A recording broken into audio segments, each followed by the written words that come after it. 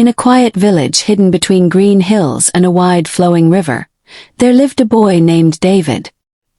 He was thin, barefoot, and wore the same old shirt day after day. His father had died many years ago, and his mother was left with nothing except her strength and hope.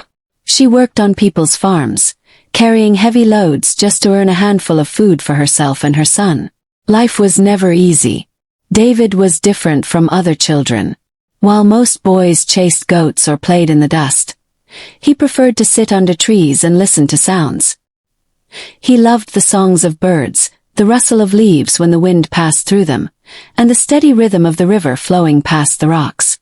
These sounds gave him comfort when his belly was empty, but his loneliness weighed heavily on him. At festivals, when drummers filled the air with music and dancers filled the ground with joy, David always stood aside, watching with wide eyes. He wished he too could make people laugh and dance. Deep inside, he dreamed of touching hearts with music, but he had no drum, no flute, and no one willing to teach him. One evening, as he lay on the mat beside his tired mother, he whispered, "Mama, one day I will make music that speaks." His mother smiled weakly, too tired to reply, but in her heart she prayed, "May my son's dreams not die in poverty." One hot afternoon, David went into the forest to gather firewood for cooking. The forest was quiet except for the buzzing of insects and the distant call of monkeys. He bent down to cut branches when his foot struck something hard. Curious, he pushed the dry leaves aside and saw a strange object. It was an old flute, but unlike any flute he had ever seen. The wood was smooth and shiny, though it looked ancient. Tiny carvings of birds, rivers, and stars ran along its body, as if telling a story. David picked it up carefully, blowing the dust away. It felt warm in his hands, almost alive. Out of curiosity, he raised it to his lips and blew. A soft, sweet sound floated out, filling the forest like a gentle wind. The birds stopped to listen, the trees seemed to sway, and even the river slowed its rush as though paying attention. David's heart leapt. This is mine now," he whispered. He ran home, hiding the flute under his mat so no one would see. From that day, whenever he felt sad or hungry, he brought it out at night and played quietly under the moon. What he did not know was that the flute was no ordinary flute. It carried a secret waiting to be revealed. One night, the moon was full and bright, casting silver light over the village. David sat outside his hut, playing the flute softly while his mother slept. The melody rose into the night sky like the voice of a bird. Suddenly, something strange happened. The flute began to sing words. Clear human words. "Do not be afraid, David. I am your friend," the voice said. David's hands shook, and he almost dropped the flute. His eyes widened in fear. Who is speaking?" he whispered. The flute replied gently, "It is I. Long ago, I was made by wise hands and blessed by the spirits of nature. I have been waiting for someone pure of heart to find me. Play me and I will speak through music. Together, we will bring joy and wisdom." David sat frozen. Could this be real? A flute that spoke. After a long silence, he asked, "Why me? I am only a poor boy." The flute hummed softly and answered, "Because you listen when others do not. You see beauty in the world when others only see pain. That is why I chose you." Tears filled David's eyes as he held the flute close. For the first time he felt he was not alone. The next morning, David gathered children at the village square. Curious eyes watched as he lifted the flute. He began to play, and immediately the flute's voice filled the air. "Be kind, share what you have, live in peace."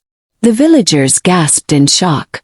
Some clapped their hands to their ears, others fell to their knees.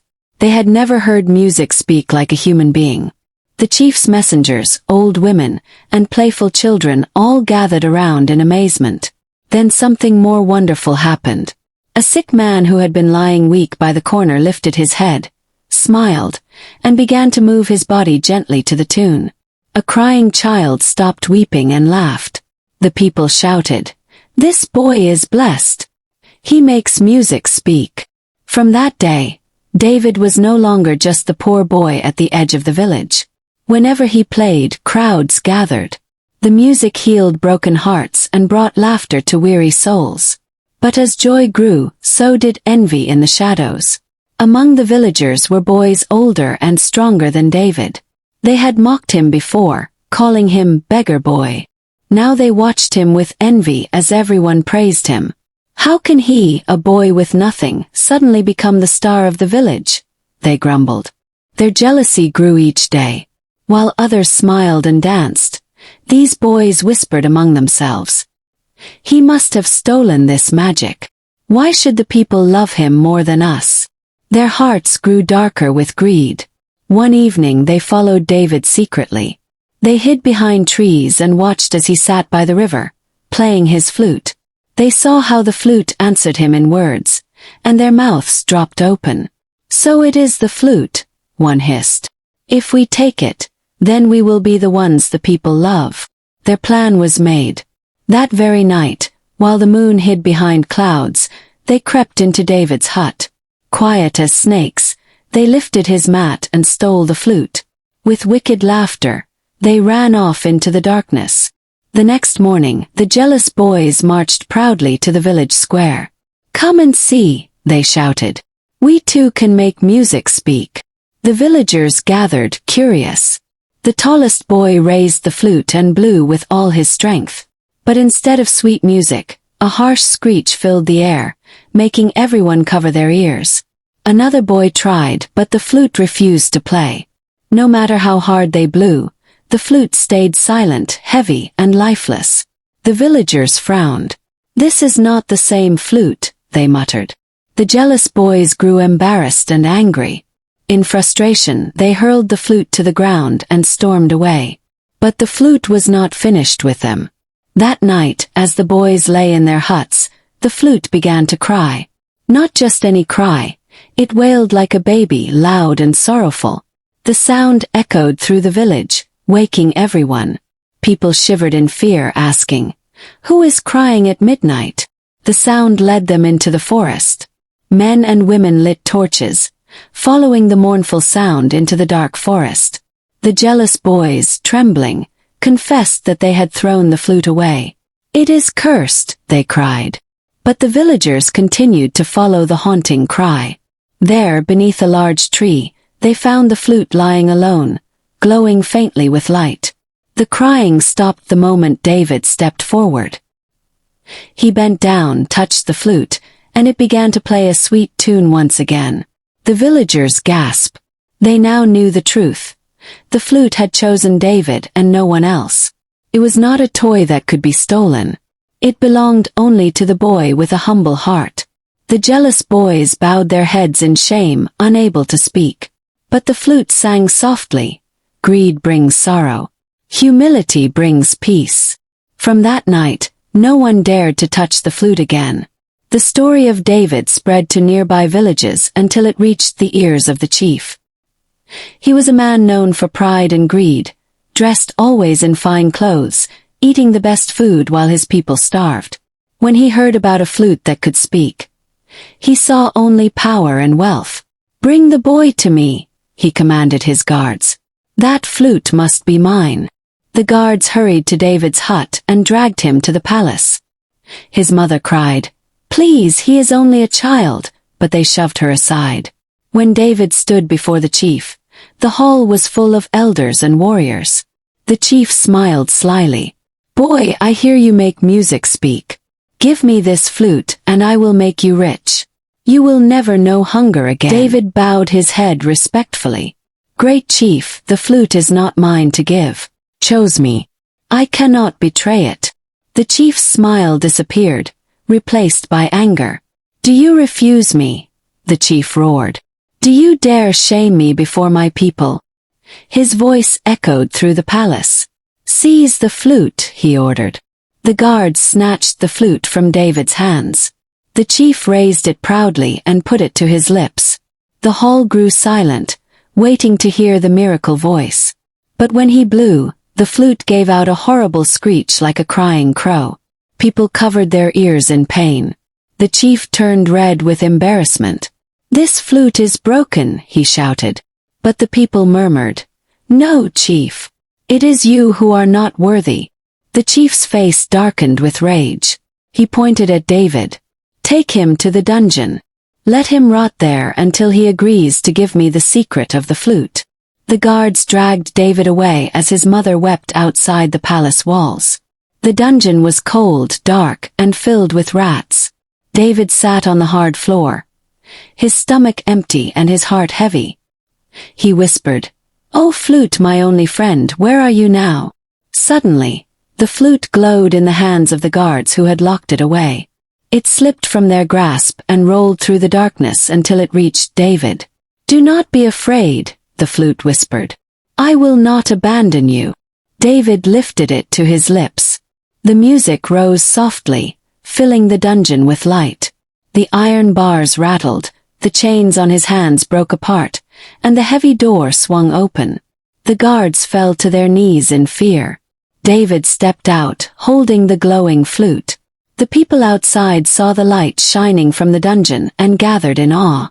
They knew this boy carried a power greater than the chief. The chief came rushing out, furious and afraid. "Seize him again," he screamed, but his guards dared not move. They had seen the power of the flute and would not fight against it. David raised the flute and played. Its voice thundered across the sky. "A greedy leader brings sorrow to his people." Suddenly, clouds gathered, and a bolt of lightning struck the chief's throne. The chief fell to the ground, powerless and trembling. People gasped. They turned away from their ruler, shouting, "We will not follow a man who seeks only to steal." The chief crawled back into his palace, his power broken. From that day, his voice no longer ruled the people's hearts. The villagers lifted David onto their shoulders, cheering, "This boy is chosen. This boy is blessed." They carried him home to his mother, who wept tears of joy. From that day, life changed for David and his mother. The villagers built them a new hut with strong walls and a good roof. They brought food, clothes, and gifts, saying, "You have given us joy. Now we will care for you." David did not grow proud. He remained humble, always remembering the days when he had nothing. Every evening he played the flute at the village square. Children danced, old men smiled, and mothers sang along. The music spoke wisdom. Share what you have. Love one another. Live in peace. Travelers from other villages came to listen. Some brought gifts, others brought their sick and sorrowful, hoping the music would heal them. And always, the flute spoke words that lifted hearts and guided lives. David became not only a musician but also a voice of peace.